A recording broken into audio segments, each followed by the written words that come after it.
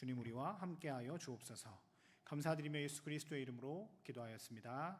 아멘. 제가 어렸을 때 만화 영화를 이렇게 보다 보면 옛날 미래는 이렇게 바뀔 것이다, 소위 공상과학 만화라고 하죠.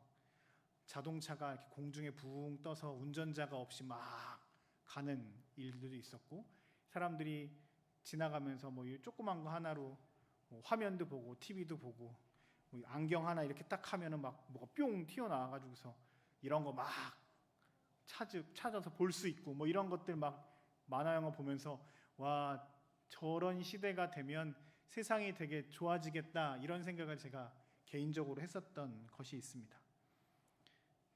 제가 얘기했던 거 지금 다 하고 계시는 거고 주변에 있죠. 무인 자동차 시대가 이제 막 나오고 있고, 요즘에 휴대폰으로 다 하실 수 있죠. 뭐를 다 할 수 있는 시대가 되었습니다. 요즘엔 이젠 조금 시간이 지나면 휴대폰보다 더 작은 것들을 몸에 지니고 다니면서, 아니 뭐 머리에 이식한다 뭐 이런 얘기들도 하더라고요. 그런 시대가 되었습니다. 근데 과학이 발전하고 우리의 삶이 굉장히 윤택해지는 것 같은데, 우리의 삶이 풍요로워졌나? 우리의 삶이 좋아졌나? 우리가 고통 없이 아픔 없이 살아가고 있나? 우리의 삶을 되돌아보면 그렇지 않은 것 같습니다.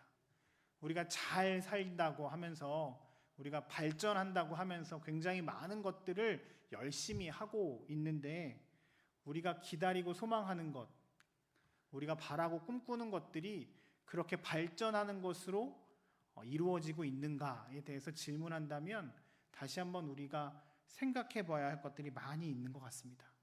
우리가 추구하고 있는 것, 우리가 기다리는 것이 진짜 중요한 것인가 라고 하는 것을 말이죠. 오늘 우리가 읽었던 본문의 말씀은 데살로니가 전서 말씀이고 너무 잘 아는 말씀입니다. 데살로니가 교회가 생길 때는 아마 사도행전 17장에 그 전도여행, 2차 전도여행 때 일어났던 일인 것 같습니다. 지도에 보시면 저 맨 위에 있는 빨간 곳이 빌립보를 넘어서 이제 데살로니가로 넘어간 곳이거든요. 데살로니가에 이렇게 빌립보에서 사역을 마치고 데살로니가로 넘어갔던 바울과 실라는 그곳에서 회당에서 말씀을 전했습니다. 회당에서 말씀을 전할 때 경건한 헬라인들과 귀부인들, 많은 사람들이 주님을 만나고 주님께 돌아오는 역사들이 있었습니다. 그런데 또 그 안에서 많은 유대인들이 그들을 시기하고 그들을 잡으려고, 이런 말을 하면 안 된다라고 하면서 그들을 막 못하게 하고, 그들의 숙소로 사용했던 것으로 추정되는 야손의 집에 막 쳐들어가서 야손과 그의 형제들을 끄잡아내서 재판장에 태우고 막 이상한 소리를 해서 야손이 돈을 주고 풀려 나온 기록이 17장에 쭉 기록되어 있습니다. 그리고 그 야손과 그의 형제들이 바울과 바울 팀을 옆으로 보냅니다. 그래서 베레아로 가게 하지요. 그런 상황에서 바울은 디모데를 데살로니가 교회에 보내어서 데살로니가 교회는 디모데에 의해서 목회가 이렇게 진행이 됩니다. 그리고 나중에 디모데를 통해서 데살로니가 교회의 소식을 들은 겁니다. 잠깐 있다 간 교회, 거의 야간에 도망 나오듯이 했던 교회였기에 마음이 얼마나 씁쓸했겠어요. 참 그 교회에 대한 마음이 있는데 온전하게 사역을 잘 감당하지 못하고 쫓겨나듯이 이렇게 나온 그 교회의 디모데를 통해서 하나님의 그 교회의 상황을 듣습니다. 그런데 생각보다 하나님께서 역사하셔서 그 교회가 든든히 서가는 모습을 보면서 굉장히 기뻤습니다.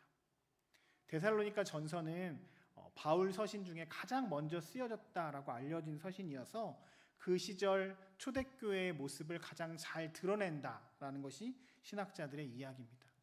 그 시절에는 여러 많은 어려움들이 신앙생활 하는 데 있었어요. 교회 다니는 것은 탄압도 있었고, 이단들과 거짓 선지자들이 꽉 와서 교회를 혼란하게도 했습니다. 그 중에서 가장 큰 교인들의 문제는 뭐였냐면 이 재림에 대한 문제였습니다. 주님께서 오신다고 했는데, 예수님께서 돌아가신 것을 쉽게 얘기해서 AD 30년경이라고 이야기한다면 AD 0에서 태어났다고 치면 한 30년이라고 했다면 지금 한 50년 됐으니까 한 세기가 20년이 지난 거 아닙니까? 빨리 올 것이라고 생각했던 주님의 재림이 오지 않은 거지요. 그리고 그 처음 믿었던 사람들, 베드로를 비롯해 그 처음 믿었던 사람 중에서 몇몇 사람들이 이제 죽고 아프고 이런 상황들이 펼쳐지니까 어떻게 된 거지? 언제 오시는 거지에 대한 두려움이 있었습니다. 그들이 기다렸던, 소망했던 예수님의 재림이 늦어지는 것에 대한 염려와 걱정들이 그 교회 안에 팽배하게 있었고 초대교회 성도들의 마음 가운데 있었습니다. 이 재림을 바라보는 시각이 두 가지가 있습니다. 제가 지난번에도 한번 설명했던 것 같은데요. 재림 자체를 무시하고 이것은 그냥 영적으로 오는 것이야 라고 하며 잘 실제로 일어난 일이 아니라고 해석하며 무시했던 사람들이 한 부류가 있었고, 열광주의적으로 이 재림에만 목숨을 걸고 다 모든 거 다 내려놓고 교회에 모여서 기도하면서 재림만을 기다렸던, 특별한 현상만을 사모했던 열광주의적인 성도들 또한 있었거든요.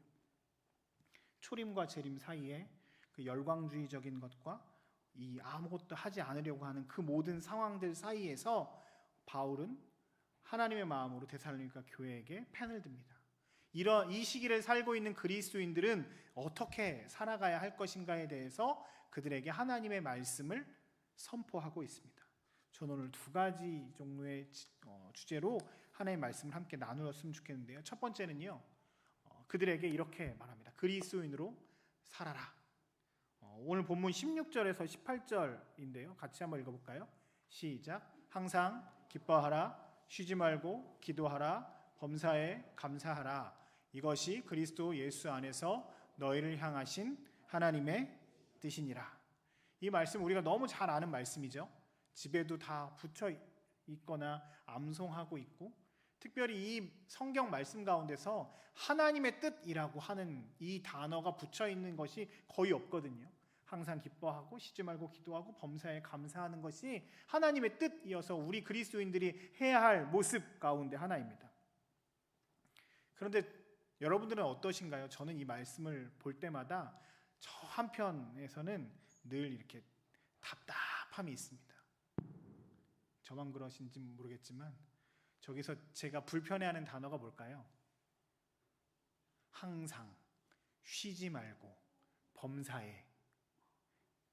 기도하잖아요. 기뻐하고 감사하잖아요. 근데 그 앞에 있는 단어가 우리를 참 불편하게 하지 않습니까? 물론 여러분들은 참 신앙도 좋으시고 늘 드라마 같은 거 안 보고 성경만 보시는 분들이시니까 그러시겠지만 저는 항상은 오늘 저 전에 있었던 목사님이랑 한번 이렇게 오늘 미팅이 있었는데 제 안에서 악한 영이 또 이렇게 올라나가지고서 막 부들부들 떨고, 와, 사람들이 그러면 되나 뭐 이런 마음들 항상 기뻐하지 못하고요. 쉬지 말고 기도를 잘 못하는 것 같고, 범사에 감사. 네, 그렇죠. 뭐 월급이 들어오면 감사하는데 카드값 빠져나가면 안타까워하는 그런 느낌인 거잖아요. 네, 범사에 감사가 참 안 됩니다. 근데 주님 왜 저희에게 이렇게 어려운 미션을 주셨을까? 저는 이 그리스도인답게 살라고 하는 이 말씀 가운데 이 세 구절은 두 가지 의미로 해석했습니다. 첫 번째는요, 방향성이에요. 그러니까 양이 아니라 질인 거죠. 이 말씀도 제가 전에 한번 전했던 것 같습니다. 어떤 우리의 삶에서 중요한 일이 있으면 우리는 그 중요한 일을 중심으로 움직입니다. 어떤 중요한 미션, 내가 브리핑을 해야, 많은 사람 앞에서 브리핑을 해야 될 미션이 주어지면 그 브리핑을 위해서 열심히 준비하고 컨디션을 조절합니다. 그리고 그 시간에 우리의 삶을 맞춥니다. 제가 그래서 데이트 얘기도 했던 것 같아요. 잠깐의 데이트지만 하루, 일주일 그 모든 시간과 집중을 그곳에 하는 거죠. 항상 기뻐하는 것, 쉬지 말고 기도하는 것, 범사에 감사하는 것은 양으로도 중요합니다. 늘 기뻐하고 감사하고 기도해야 하는 것, 우리의 삶에서 사명이지만 가장 중요하게 여기라는 거죠. 기도하는 것을 가장 중요하게 여기고, 기뻐하는 것에 삶의 모든 것에 집중하고, 감사하는 것에 우리의 삶의 마음을 늘 쓰라는 거죠. 이 우리의 삶의 중심에 그것으로 진행하라는 거죠. 제가 오늘 아침에 새벽기도 얘기하면서 제가 새벽기도를 참 중요하게 여긴다라고 말씀을 드렸던 기억이 납니다. 새벽기도는 아침에 일찍 일어나는 게 중요한 게 아닙니다. 새벽기도 하시는 분은 아시겠지만 새벽기도의 싸움은 언제 자느냐입니다. 언제 일어나느냐가 아니라 언제 자느냐입니다. 사람이 자야 될 시간들이 있잖아요. 그렇죠? 여러분 언제 주무세요? 네. 아니 정확하게 물을게요. 주무시기 전에 뭐 하세요? 찔리죠. 네. 저도 그렇습니다. 저는 여기 와서는 죽어도 10시 반에는 눕습니다. 네. 무슨 일이 있어도 집에 불이 안 꺼져 있어도 전 다 10시 반에 눕습니다. 10시 반 넘어서 11시 넘어서 자면 제가 새벽 기도할 때 졸더라고요. 마음을 다해서 기도하지 않습니다. 그래서 제 사이클의 가장 중심에는 새벽 기도가 있습니다. 그래서 늦게 뭘 해도 10시 안에는 누우려고 합니다. 제 생활 패턴을 그렇게 삼았습니다. 저도요. 하고 싶은 거 많아요. 저도요. 특별히 주일날 저녁 때 제일 힘듭니다. 삶의 유혹들이 굉장히 많이 있어요. 근데 월요일날 새벽기도 위해서 10시 반이면 눕습니다. 제가 잘났다고 하는 게 아니라 제 자그마한 하나님을 향한 마음입니다. 열심히 중심을 거기에 삼으려고 하는 거죠. 항상 기뻐하고 쉬지 말고 기도하고 범사에 감사할 수 없지요. 그렇지만 너는 지금 어떤 것에 마음을 쓰고 있느냐 묻고 계십니다. 제가 여기 전에 있던 부대가 종합행정학교에서 군종병들을 이렇게 가르치는 일들을 했습니다. 전국의 군종병들을, 육군에 있는 군종병들을 보내는 일이죠. 제가 군종병들 올 때마다 질문하는 것이 있었습니다. 군종병들 안 볼 테니까. 네. 너 휴가를 나가는데 주일날 휴가를 나가면 돼? 안 돼? 제가 물었습니다. 요즘에 휴가 가지 말라고 하면 저 잘립니다. 이렇게 막 목사님이 그럴 수 있습니까? 뭐 이렇게 인터넷에 올리고 막 이러거든요. 제가 물었습니다. 주일날 군종병은 휴가 가면 돼? 안 돼? 됩니까? 안 됩니까? 요즘엔 다 돼야 된다고 얘기합니다. 그렇죠? 어디 휴가를 감히 누가 감히 휴가를 막습니까? 요즘엔 그런 시대에 군종병님들을 모시고 살아야죠. 그러면서 제가 니네 목사님들은 얘기 못하니까 내가 교관으로서 얘기할게 하면서 휴가 간다는 소리 들으면 내가 너가 중요하게 생각하는 게 뭐야? 네가 마음 가운데 가장 중요하게 생각하는 게 뭐야? 군인이야? 군종병이야? 군인이면 휴가 가는 거 제일 중요하지만 군종병으로 섬기기로 온 이상 군인 교회와 이 군 선교를 위해서 감당해야 하는 거 아니야라고 잔소리를 엄청 합니다. 제 잔소리가 잘 안 통합니다. 휴가 간다는 이야기들 많이 들리고요. 그렇습니다. 제가 하고 싶은 이야기도 하나였습니다. 가장 무엇을 중요하게 생각하느냐, 중심에 무엇을 두느냐. 항상 기뻐하라, 쉬지 말고 기도하라, 범사에 감사하라. 단어 그대로 우리가 살아갈 수 없는 거 우리 너무 잘 알고 있습니다. 그런데 나 중심으로 하나님 이런 조건들이 나에게 있으면 내가 잘 되고 싶습니다. 잘 될 수 있습니다라고 하면서 우리는 조건을 따지고 상황을 따지지만 신실하신 하나님은 늘 항상 거기 계셨거든요. 그 신실하신 하나님을 따라 우리의 중심을 하나님께로 향하는 것, 오늘 그리스도인의 모습이어야 한다고 주님께서 오늘 바울을 통해서 데살로니가 전서를 통해서 우리에게 말씀하십니다.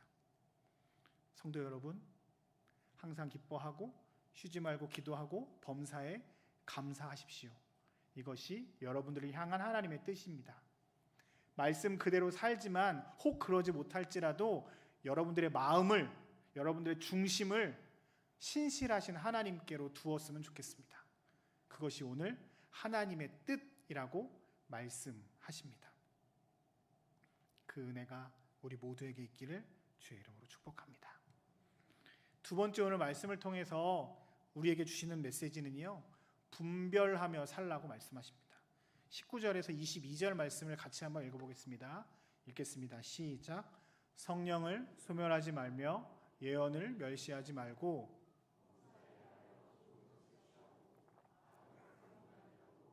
아멘. 분별에 대한 말씀을 하시면서 세 가지를 이야기하십니다. 성령을 소멸하지 말고, 예언을 멸시하지 말고, 악을 구별하여서 악은 모양이라도 버리라고 말씀하십니다. 초대교회 사도행전에 나타나 있는 그 기적들을 보면 사도행전을 성령행전, 오늘 발음이 왜 이렇게 안 좋죠? 성령행전이라고 고백하고 표현하는 사람들이 참 많이 있습니다. 성령의 역사가 굉장히 교회마다 풍성하게 나타났고, 우리가 고린도 전서를 봐도 성령의 능력들, 성령의 은사들이 굉장히 많이 나타났고, 그것 가운데 그 정리를 하기 위해 그것 중에 성령의 은사 중에 가장 중요한 것이 사랑의 은사다라고 고린도전서 13장을 사랑장이라고 말씀하시는 것들을 우리가 잘 알고 있지 않습니까? 근데 그 성령의 역사들이 굉장히 많이 일어나는 상황들 가운데 성령을 소멸하지 말라라는 표현을 씁니다. 소멸이 이렇게 꺼지는 건데 성령을 통상 불로 표현했기 때문에 꺼지지 않게 주의하라, 뭐 이렇게 우리가 해석하면 좋을 것 같습니다. 실제로 새 번역에서도 성령의 불을 끄지 말고 라고 표현하고 있습니다. 이 말씀을 읽다 보면 우리가 뭐 방언을 해야 되고 예언을 해야 되고 어떻게 성령의 역사만 사모하는 것 같은데, 사실 이 안에는 이런 의미가 있습니다. 성령의 불을 끄지 말라, 성령을 소멸하지 말라라는 의미는 성령께서 내 안에서 역사하시도록 우리의 삶을 내어드리라는 의미입니다. 다시요. 성령께서 내 삶의 주인이 되셔서 우리의 삶에서 움직이시도록, 역사하시도록 우리의 마음을 비워내라는 거죠. 성령께서 역사하실 때 여러 가지 모양으로 역사하시겠지요. 성령의 열매들을 맺을 수 있을 겁니다. 성령의 능력들을 행하실 수도 있을 겁니다. 여러 많은 기적과 은사들이 나타날 수도 있을 겁니다.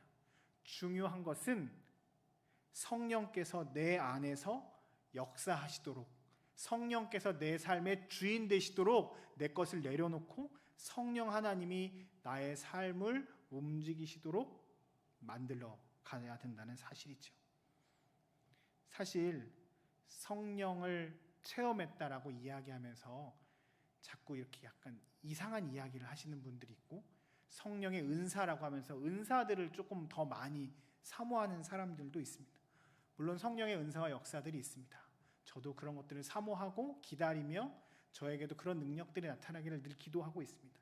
그런데 중요한 것은 그것이 주가 되는 것이 아니라 성령께서 우리의 삶에서 역사하시도록, 내주하시도록, 주인으로 행동하시도록 우리의 주권을 내려놓는다는 의미가 더 크게 오늘 본문에 내어 있습니다. 우리의 삶의 주인이 누구이냐?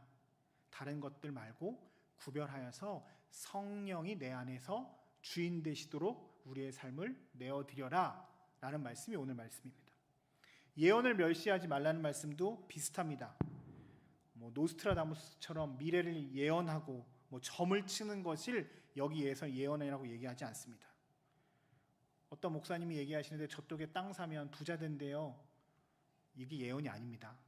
제가 이상해져서 여러분들한테 무슨 땅 사라고 얘기하면 제 이상하다 그냥 얘기하십시오. 그거 아닙니다. 예언 거기에 아닌 거예요. 이건 제가 웃으라고 한 얘기였습니다. 네. 예언이라는 것은요, 기준이 있습니다. 하나님의 말씀이 기준이고요. 이 말씀을 바로 잘 해석해서 잘 전하는 것을 예언이라고 합니다. 본문에 나와 있는 예언을 잘하는 것은 다시요, 하나님의 말씀을 잘 해석하고 잘 전하는 것을 예언이라고 합니다. 그래서 새 번역에서는 성령의 감동을 받아 전하는 말이라고 표현하고 있습니다.